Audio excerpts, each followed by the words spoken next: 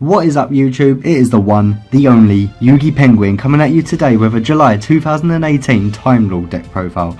I've been very happy and excited to showcase this guy to you guys and girls out there, and I really hope you enjoy this deck, so please leave a like if you do like the video, and please hit the subscribe button for more epic Yu-Gi-Oh content. Anyway, so getting into the first monster of the deck, I really recommend that you run this card at 3, not at 1. You run it at 3. This is Time Maiden. So Time Maiden's effect, if you control no monsters, you can special summon this card from your hand, and this card can be treated as 2 tributes for the tribute summon of a Time Lord monster. So that's number 1. You can tribute this card immediately, basically, and add a Time Lord monster with 0 attack from your deck to your hand. So basically, all your Time Lord monsters consist of having no monsters on the field, so you can normal summon without tributing it. So you would essentially just be bringing the Time Lord monster out automatically, and then you can banish this card from your graveyard to special summon 1 Time Lord monster from your deck, ignoring its summoning conditions. That's how good that card is, and that's why I really recommend you run it at 3. I just don't own the 3rd one just yet, and I was just too excited to show you guys the deck. The next card I want to play is Mission the Time Lord. He is the main boss monster in my opinion of this deck. He is fantastic. I love him so much. Well, not in that way, because that would be, you know, gay, but it's a very good card. So basically, this card, all Time Lords have the effect of, if you control no monsters, you can normal summon without tributing, cannot be destroyed by battle or card effects, and you take no battle damage from attacks involving this card. So good luck to your opponent trying to out these cards in attack.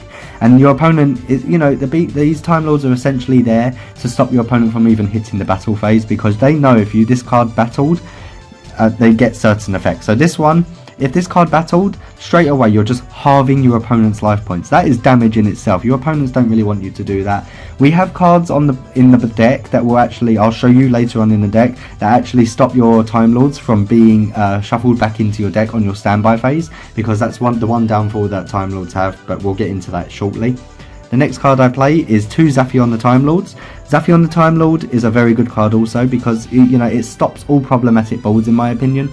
It shuffles all spells and traps your opponent controls into the deck, and it's the only card, if sent from the field to the graveyard, is the only card that actually allows you to draw a card also. So Zaphion is a very, very good card. The next card I play is Lazion the Time Lord. Lazion's effect is quite good also, because once per turn, if your opponent draws a card, it's essentially like a max C. It's like a draw power, and then you would just inflict 1000 damage to your opponent immediately. So a very, very cool card. There are one-ofs in the deck. I play the 1 Metaion. I don't know if I'm saying that properly, but he allows you to, at the end of the battle phase, if he battled, return as many monsters on the field as possible to the hand. So it can just stop also lots of problematic boards and monster cards at the same time. So every monster, like extra monster zone monster, will go back to the extra deck obviously, and he'll just combo off from there and inflict 300 damage to each card returned. So very good card. Gabrion is one of my favourites of the deck, because Gabrion, when in battling, you shuffle as many cards your opponent controls possible into the deck. So you shuffle their whole board. Let's say they've got all 10 cards out on the field and they can't out you.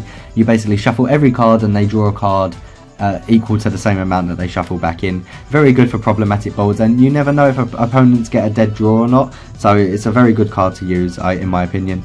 I'm using the word very a lot tonight, and very good. So this is a very good idea. There you go, very good.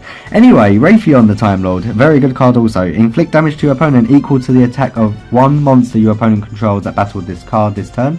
So basically with Raytheon, it's very good for late game play. So let's say you've halved your opponent's life points, inflicted 1000 damage, that's 3000. And if they've got 3000 beat stick on the field and you've attacked with Raytheon, you've necessarily just hit GG right there straight away. Camion the Time Lord is not a bad card at all also, because you can shuffle 1 problematic card your opponent controls into the deck, and if you do, inflict 500 damage to your opponent, and neither player can activate cards or effects in response to this effect's activation. So Camion is one of the special cards of the deck.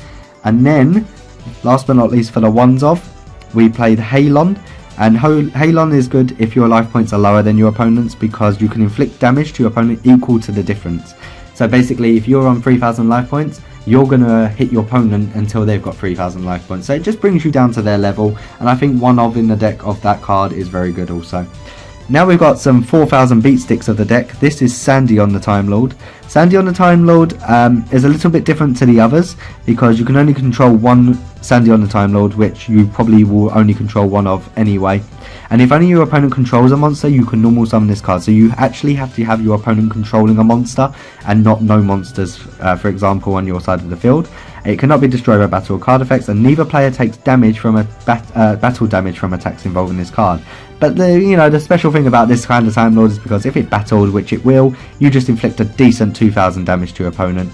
But it's a very good card to combo off with this certain card, and I only play one of him because it can brick the deck, and there is a lot of Time Lords in the deck. But Cephalon the Time Lord will be having 10 or more monsters in your graveyard to special summon him. He cannot be special summoned by other ways, and you cannot use Time Maiden to bring him out because it needs to be a 0 attacking monster. Cephalon is good with Sandion because once you bring Cephalon out, you can actually special summon a level 8 or higher fairy type monster from your hand or graveyard. Its effects are negated, but it becomes 4000 attack, so you will have an instant Sandion with 4000 attack, or I'd recommend bringing out any of the other Time Lords. It doesn't really matter, you will have 8000 attack on the field.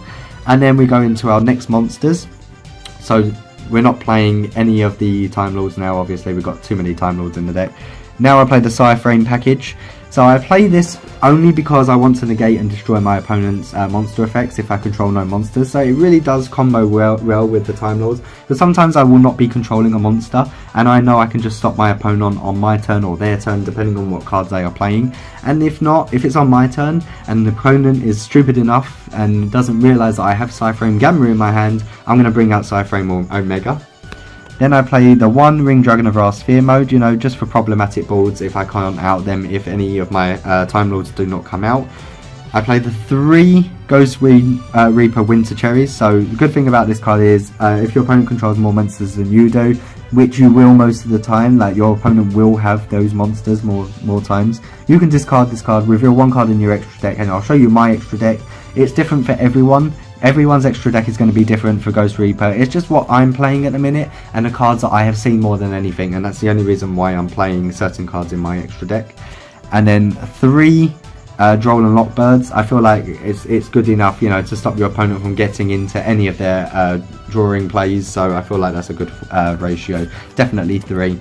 Spell cards, I think you'll be happy with what I've chosen. I think this is the right ratio. So this is Celestial Transformation, very very cool card. Special summon 1 fairy monster from your hand, the monster's attack is halved, also it's destroyed during the end phase. You'll never be destroying it because most of the time you can special summon a fairy and it will just combo off from there. You'll see what I mean. Maybe I'll do some combo plays one day with it, or do like some deck replays for you guys just to show you how Celestial Transformation works well with the deck. Because you've got cards like Advanced Draw also, so you could special summon the fairy, you could tribute it face up so you don't have to destroy it, and then you can draw 2 cards instantly. So that's kind of what I'm getting at with the deck. So Advanced Draw is a super cool card also.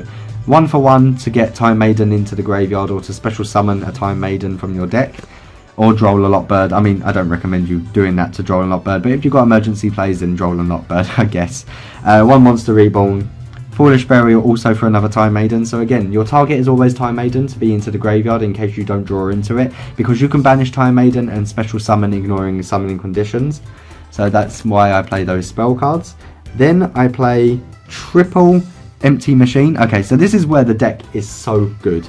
I'm not kidding, guys. I've been playing this deck quite a bit in the past day, and I've been destroying all my friends with all their decks. I've been destroying Gokis with this deck. I've been destroying Sky Strikers, Trickstars, you name it. I can beat them with this deck. Please believe me when I tell you this. The first time this face-up card on the field would be destroyed by an opponent's card effect, it is not destroyed, number 1. Once per turn, you can activate one of these effects. So the first effect, you can discard a level 10 monster, draw 1 card. So if you've bricked, you can discard the monster, draw 1 card. And then if this is the only card in your spell or trap zone, which most of the time it might be, you can target 1 Time Lord monster in your graveyard, shuffle it into the deck, then you can set an Infinite Machine. So basically, both effects work as in, so you do on your turn, you discard your bricked monster. So you draw a card, and then if this is the only card in your spell trap zone, you target that Time Lord monster on your turn again, shuffle it into the deck, and then you can set the Infinite Machine, which I will show you right here. This is Infinite Machine. So you can activate this card by sending 1 face up Empty Machine, which is triple of, from your spell trap zone to the graveyard. And then once per turn, this face-up card cannot be destroyed by your opponent's card effect, so just like Empty Machine, once per turn you can activate another effect. So during the main phase, you can special summon one Time Lord monster from your hand. Again, a fantastic card. And I just feel like maybe I should run it a little bit more, like maybe at 2 or something, but it could be a bit more problematic bringing this card out. You can target one Time Lord monster in your graveyard, shuffle it into the deck, then you can set one Infinite Light directly from your hand or deck. So here's Infinite Light, so they all combo off with each other. This is the one you really want to get out. This is what stops your opponent from doing anything to your Time Lords, basically. So when I said about your Time Lords being shuffled into your deck at standby phase, this card stops that. So activate this card by sending one face-up Infinite Machine, which is what you just saw, from your spell trap zone to the graveyard. This face-up card cannot be destroyed by your opponent's card effects either. Neither player can target Time Lord monsters you control with card effects. So anything that's done, any torrential tributes in the deck, which I'll show you, anything that stops, mirror forces, anything like that, nothing can stop your Time Lords now, or return them from the field to the deck. Once per turn, if you control no monsters, this is the best part of the card. It's just so overpowered. You can special summon up to one Time Lord monster for each card from your hand, deck and graveyard, with different names ignoring their summoning conditions. So I could bring out 3 Time Lords essentially at that turn, and your opponent is absolutely screwed.